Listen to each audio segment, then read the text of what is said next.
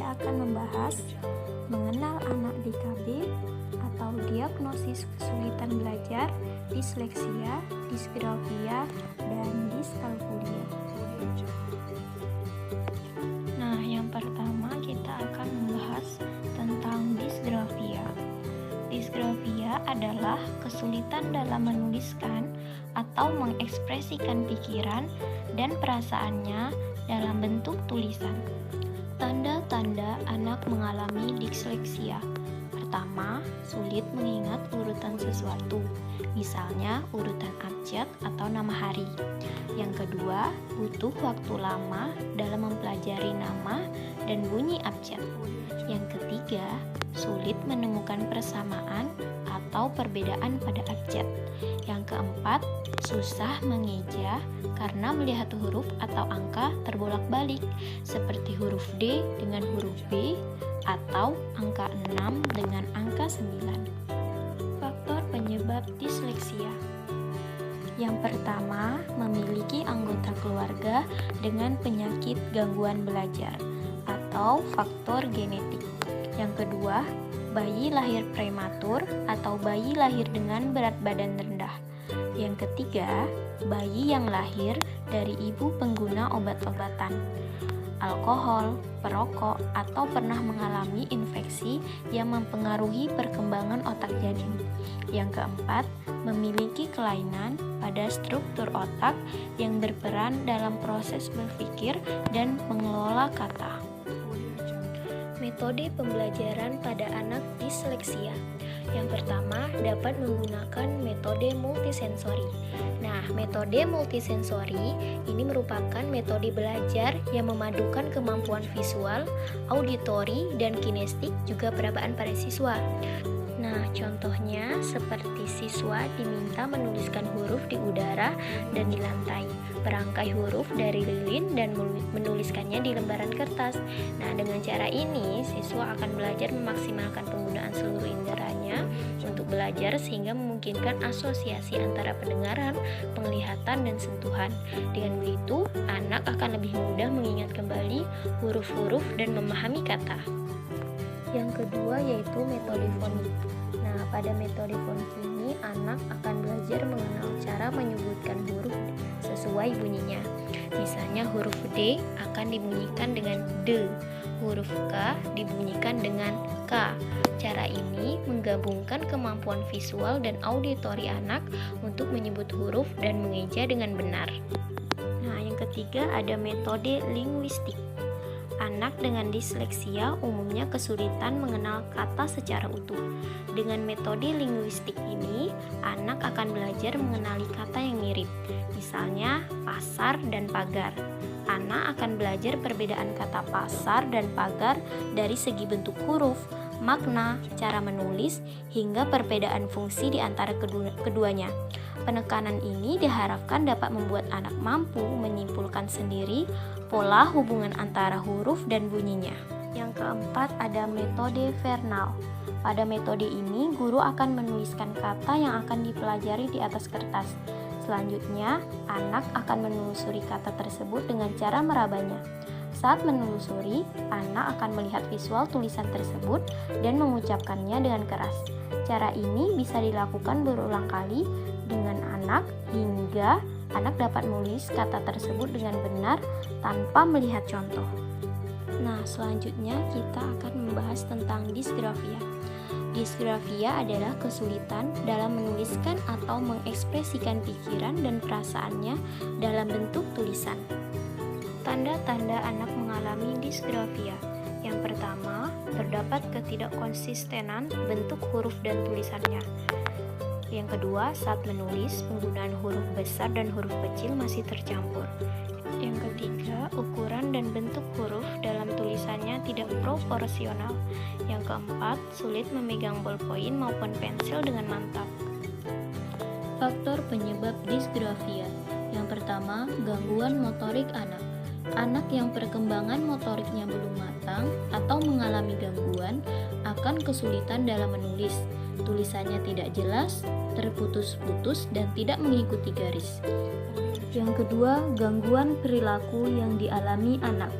Anak yang kesulitan dalam menulis akan menunjukkan perilaku yang mudah bosan dalam belajar, karena ia kesulitan untuk mengekspresikan sesuatu. Yang ketiga, gangguan persepsi pada anak. Jika persepsi visualnya yang terganggu, anak mungkin akan sulit membedakan bentuk-bentuk huruf yang hampir sama, seperti D dengan B, P dengan Q, H dengan N, atau M dengan W. Jika persepsi auditorisnya yang terganggu, maka anak akan kesulitan dalam menulis apa yang dikatakan oleh guru. Yang keempat, gangguan memori. Gangguan memori juga dapat menjadi penyebab terjadinya kesulitan menulis karena anak tidak mampu mengingat apa yang akan ditulis. Jika gangguan menyangkut ingatan visual, maka anak akan sulit untuk mengingat huruf atau kata, dan jika gangguan tersebut menyangkut memori auditori, maka anak akan mengalami kesulitan menulis kata-kata yang baru saja diucapkan oleh guru. Yang kelima, gangguan melaksanakan atau cross model. Kemampuan ini menyangkut kemampuan mentransfer dan mengorganisasikan fungsi visual ke motorik. Kemampuan ini dapat menyebabkan anak mengalami gangguan koordinasi mata dan tangan, sehingga tulisan menjadi tidak jelas, terputus-putus, atau tidak mengikuti garis lurus. Metode pembelajaran pada anak disgrafia. Yang pertama, metode pra-menulis. Metode ini dilakukan dengan cara melatih anak untuk memulai mengenal alat tulis dengan baik. Beberapa bentuk latihan tersebut seperti melatih untuk memegang pensil atau ballpoint dengan benar, mengatur posisi duduk dan jarak mata dengan buku. Gunakan pensil grip atau pensil segitiga dan mulailah melatih anak untuk mencoret-coret secara bebas. Yang kedua, metode menjiplak huruf. Metode ini dilakukan dengan cara menjiplak atau menulis di atas bentuk huruf yang sudah disediakan secara terus-menerus untuk membantu anak memiliki kebiasaan yang baik dalam menulis setiap huruf. Sebelum menjiplak huruf, anak dapat diajarkan untuk membuat garis dan bangun-bangun datar terlebih dahulu. Yang ketiga, metode menulis huruf balok. Metode ini dilakukan dengan cara menyebutkan huruf pada anak sambil menunjukkan gambar dan cara menulisnya. Anak kemudian diberi lembar yang berisikan huruf untuk ditulis ulang atau dijiplak yang secara berurutan ketebalan dari huruf yang harus dijiplak dikurangi lalu berubah menjadi titik-titik. Yang keempat, metode menulis bersambung. Metode ini dilakukan dengan cara setiap kata ditulis dalam huruf balok, lalu huruf balok tersebut dihubungkan dengan garis menggunakan pensil warna. Lalu, anak akan mencoba menelusuri huruf utama dan garis sambungnya. Jika anak sudah terbiasa, maka ajarkan untuk menulis bersambung yang sebenarnya atau yang biasanya dilakukan secara normal. Selanjutnya, diskalkulia. Diskalkulia adalah kesulitan belajar yang dialami oleh seorang anak yang ditandai dengan kesulitan dalam berhitung.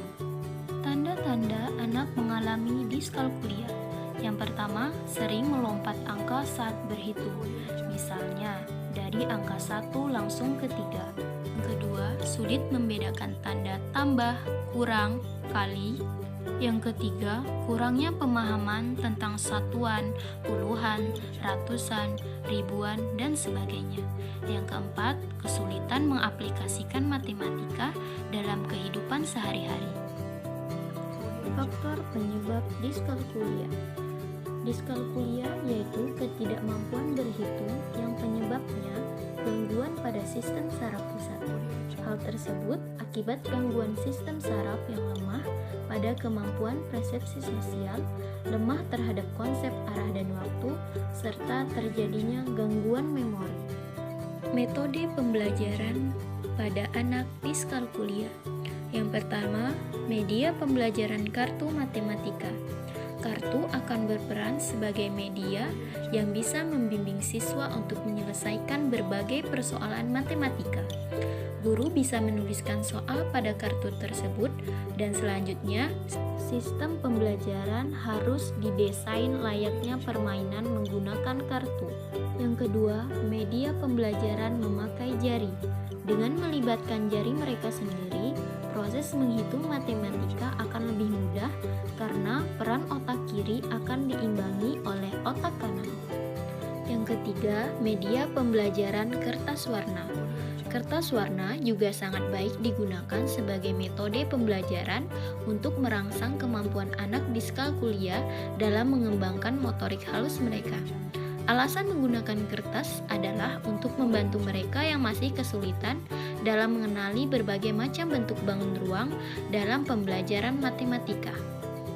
Dengan adanya kertas warna yang nantinya akan digabungkan antara satu warna dengan warna lainnya agar menjadi sebuah bangun ruang, anak pun akan mudah memanfaatkan kemampuan visual mereka untuk mengenali jenisnya.